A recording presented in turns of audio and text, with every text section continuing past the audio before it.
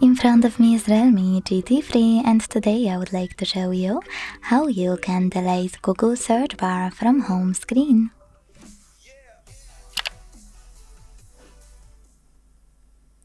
Begin by holding your search bar and waiting for the pop-up to show up. When it does, click on it. Then confirm your choice in a second one.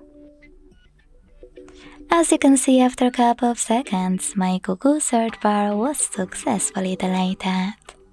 If you wish to restore it, you can pinch your device's display, hit widgets at the bottom between icons and layout, find Google app, and click on the search bar below it.